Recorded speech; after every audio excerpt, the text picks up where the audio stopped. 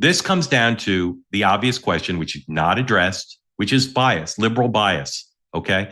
Jake Tapper's not stupid. He knows that there's liberal media bias, but his constituency doesn't allow him to admit it.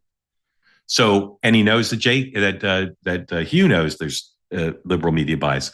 So here he is trying to explain to Hugh, acknowledging that there's liberal media bias, but then, and this is one of the most incredible things in the interview, saying there's even more bias against Donald Trump, and that explains the press's conduct in this case. A10, please.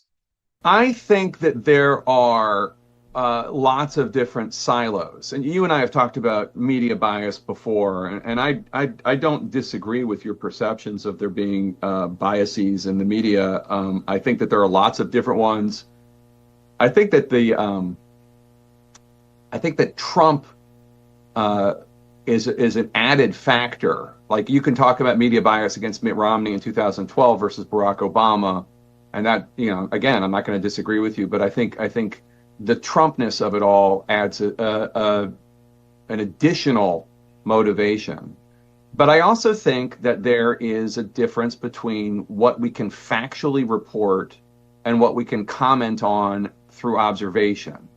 And we, like Alex said, we did focus on proof and not commentary.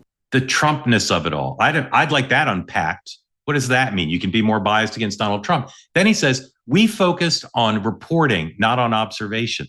The people they were reporting with, cabinet members, donors, members of Congress, they're not doctors. That's no more fact and less observation than what Hugh Hewitt saw and I saw. He says the Democrats had the conspiracy of silence, but he ignores that the media's did. This is a fake distinction. He acknowledges there's bias, but then he sort of says, well, it's not about the bias. It's about the fact that you have to have reporting. Again, if you watch Joe Biden speak in public, you had the same level of reporting that they got talking to Democrats who saw him in private over many years. Okay. So again, he acknowledges a conspiracy of silence by the Democrats, but he ignores the conspiracy of silence in which he and his colleague participated.